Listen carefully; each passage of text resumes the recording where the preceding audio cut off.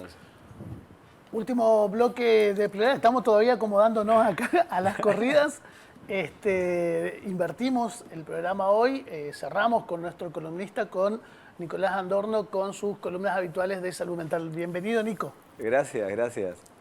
Bueno, la idea hoy ¿Tenemos tema hoy? Sí, tenemos un tema bastante complejo y que, bueno, el desafío va a ser un poco bajarlo, como para que nos pueda seguir todos y puedan capitalizar un poco lo que tengo para proponerles, ¿no? La idea era hablar primero de los momentos de constitución subjetiva, de una verdadera prevención en salud mental. De constitución subjetiva. Momentos de constitución subjetiva. Hablaba de una verdadera prevención en salud mental porque hablamos de las bases, en las cuales surgen esas organizaciones, esas formas de ser, esas formas de funcionamiento, que después se traducen en verdaderas conductas.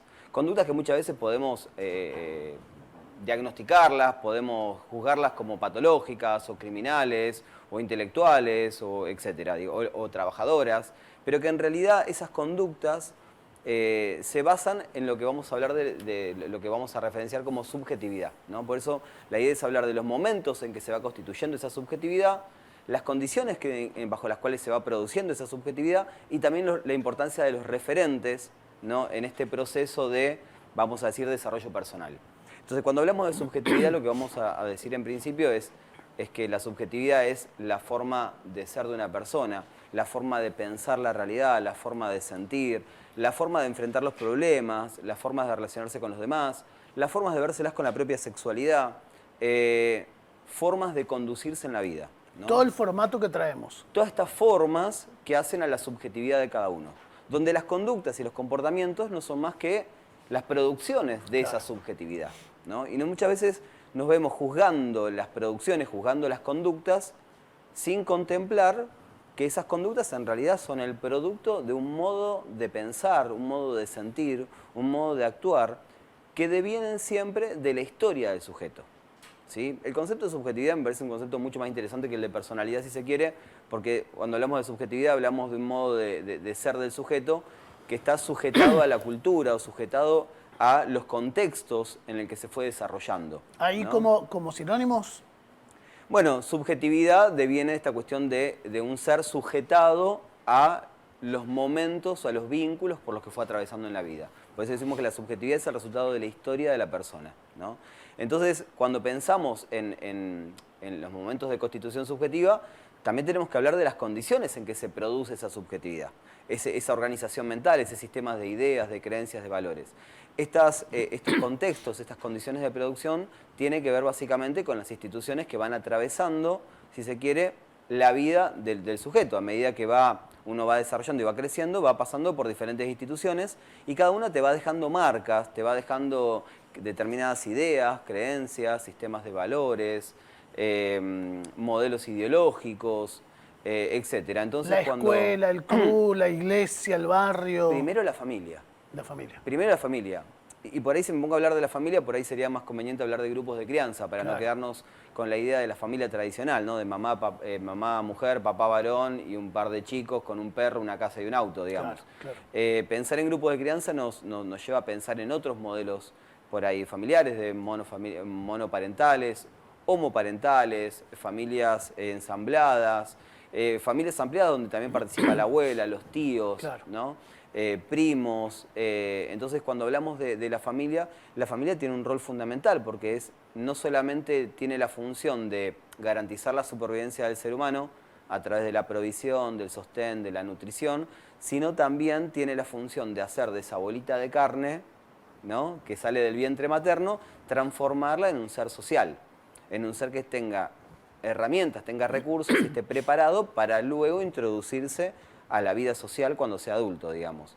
Es todo un proceso, ¿no? Es todo un proceso. Entonces, cuando hablamos de los grupos de crianza como un lugar fundamental, después secundariamente también existe la escuela como una institución, un grupo también en el que te va forjando esa subjetividad, la escuela, los clubes, las iglesias, los barrios, ¿no? La identidad barrial, y en última instancia hasta incluiría la cárcel. Claro, ¿no? Como la última institución capaz de proveer herramientas para preparar a la sociedad, cosa que desde los hechos sabemos que eso no poco ocurre, sucede, digamos. Lo que sucede con esas condiciones de producción de subjetividad y con la importancia de los referentes mientras que se va forjando esa subjetividad, lo que sucede son los discursos que sostienen estos referentes, ¿no? Muchas veces me he encontrado, y esto es material del consultorio, donde los padres que por ahí tienen ideas algo conservadoras o son algo cerrados respecto a las transformaciones sociales y de esta manera rechazan ese movimiento social, esas transformaciones sociales, lo que hacen es apelar a los modos de crianza bajo los cuales lo criaron a ellos mismos, aplicarlos ahora a los propios hijos, ¿no? Y lo interesante es que si de estos modelos de crianza uno de alguna manera piensa en preparar al sujeto para después incluirse en la sociedad, si yo repito con mis hijos los modos de crianza que tuvieron mis viejos conmigo, lo estoy preparando a mis hijos para incluirse en una sociedad de los 90, de los años 2000. Ni siquiera estamos hablando de una preparación para hoy, y mucho menos, si lo pensamos en estos términos, estos discursos más conservadores despreparan aún más para pensar en la sociedad que viene. ¿Hay conciencia de eso, Nicolás? No, absolutamente ninguna conciencia hay de eso. Si bien uno a veces se replantea a veces la paternidad o la maternidad o qué estoy haciendo con mis hijos, ¿sí? Muchas veces se lo hace desde un lugar de la culpa. Claro. De la culpa o de la queja, ¿no? Pero de alguna manera sentimientos que tampoco te llevan a nada, digamos, porque lo importante tiene que ver con qué tan abierto de mente puedo ser o cuánto pueda yo incorporar a mis discursos las transformaciones sociales, lo que va apareciendo, ¿no? Y si yo no tengo la suficiente flexibilidad mental o pertenezco a un ámbito social súper conservador, súper rígido, súper estructurado, y va a ser muy difícil que yo pueda, de alguna manera, bajarle línea a mi hijo, claro, o proveerlo de ideas, de creencias o sistemas de valores que realmente le ayuden o lo hagan funcionar en la sociedad en la cual se tiene que incluir. Digamos, vuelvo de vuelta, lo preparamos para una sociedad anterior y lo despreparamos de alguna manera para insertarse en el futuro, digamos, que es donde ellos van a tener que hacer el esfuerzo para introducirse. Entonces, la cuestión de revisarse uno como padre, uno como madre, no tiene tanto que ver con si estuve mucho tiempo, si estoy poco tiempo, si trabajo mucho y no le doy bola, sino que tiene que ver que cuando estoy, ¿qué líneas le estoy bajando? ¿Qué sistemas de valores le estoy bajando? ¿Qué sistemas de creencias, qué cuestiones ideológicas le estoy proponiendo, ¿no? Que eso va a ser, de alguna manera, va a crear el escenario o las referencias, vamos a decir, en las cuales la subjetividad de esa persona, de ese niño, de ese infante, se va forjando, ¿no? Y a veces estas fallas producidas por los discursos más conservadores aparecen en la escuela, sobre todo, ¿no? En la escuela, a partir de peleas o faltas de articulación con su grupo de pares, por ahí con fallas a la hora de relacionarse con adultos, con los docentes y demás. Y muchas veces lo que los chicos llevan a la escuela tiene que ver con lo que escuchan en la casa. Muchas veces con lo que los padres ponen en el televisor. Muchas veces. Muchas veces. Entonces me parece interesante por ahí reflexionar acerca de esta cuestión, ¿no? De qué cuánta flexibilidad mental tengo como para poder incorporar y poder acompañar realmente esa producción. Porque cuando hablamos de acompañar, lo difícil que es acompañar a un adolescente, por ejemplo, no es solamente bancarse los garrones o los cuestionamientos o los reclamos que el adolescente tenga para hacerme, sino acompañar muchas veces tiene que ver yo mismo cuestionarme mis propios sistemas de ideas, mis propios sistemas de valores, mis propias creencias, ¿no? Y cuestionármelos a mí realmente es una forma de acompañar esa adolescencia o esa transformación entre la infancia y la adultez, ¿no? ¿Tienen mucho que ver los tiempos, las épocas?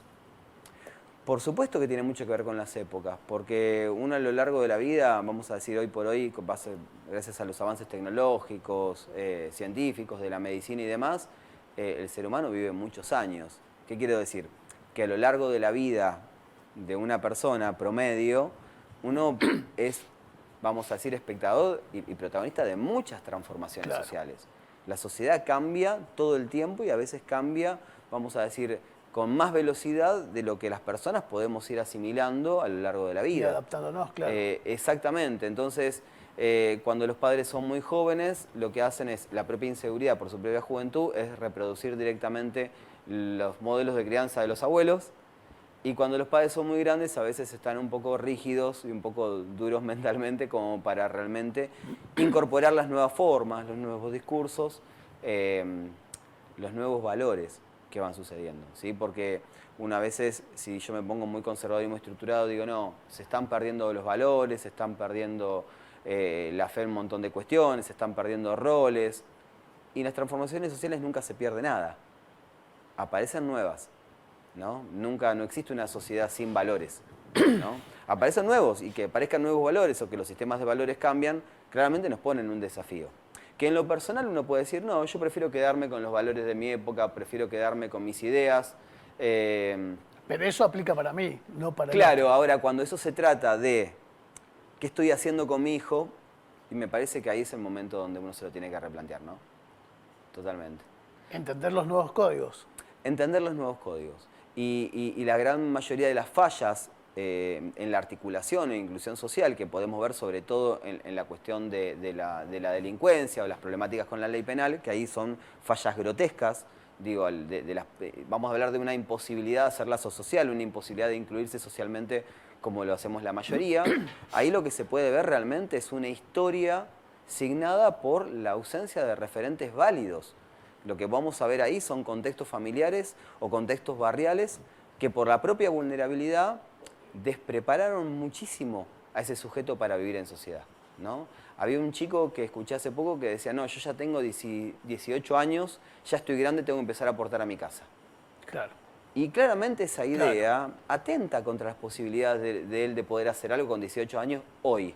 Capaz que, a ver, con 18 años, hace 50, 30 años atrás, Sí, era otra uno realidad, claro. tenía otras posibilidades, pero a los 18 años hoy Nada. es ponerlo en una exigencia y repetir una verdad que él se la cree y se siente sobreexigido y se frustra y siente impotencia y termina muchas veces haciendo macanas. Y por otro lado tenemos la escuela, tenemos el club, tenemos la iglesia, tenemos el barrio y también tenemos por ahí las cárceles como la última institución como resocializadora. ¿Y qué pasa en las cárceles? Digamos, otra vez, ¿no? ¿Qué tipo de prácticas circulan en la cárcel? Y bueno, en las cárceles generalmente circulan prácticas que son iguales a los tipos de modelos de crianza que tuvieron en la infancia, asignadas por el abandono, la violación de derechos, la violencia, etcétera, etcétera, etcétera. Nicolás, muchas gracias. Por favor. Nos vemos el próximo lunes. Ya estamos totalmente sin tiempo. Muchas gracias.